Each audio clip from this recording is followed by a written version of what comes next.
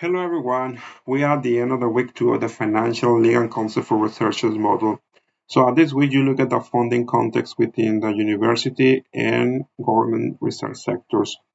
I want to thank everyone for your engagements to use the student cafe and the discussion forum. I encourage you to interact with other learners using the discussion forum. Remember that you can download the PDF version of the week two in the welcome to week two section.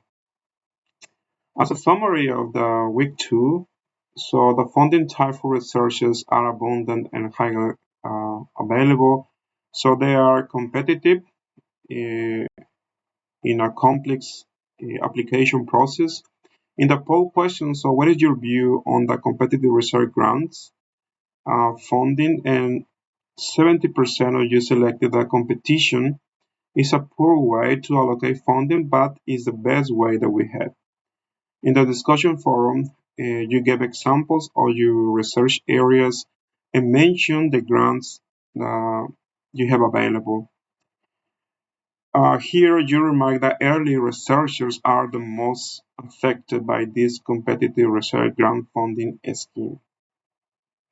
So the Australian government is the one which provides funding for inside our research block grants for universities and institutions.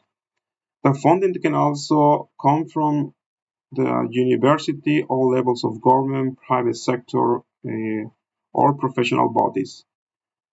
The funding may be available as a grants, fellowships, awards, contracts, or travel and equipment grants.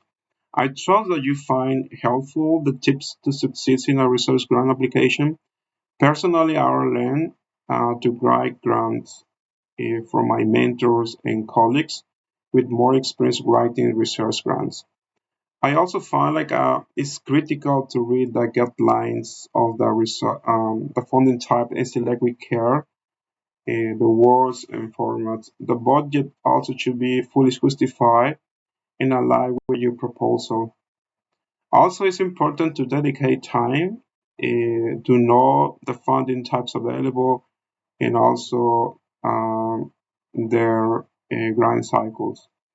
In the same way, so you can dedicate time to improve your skills to succeed in any grant application, such as project management, leadership, innovation, knowledge, and writing and communication.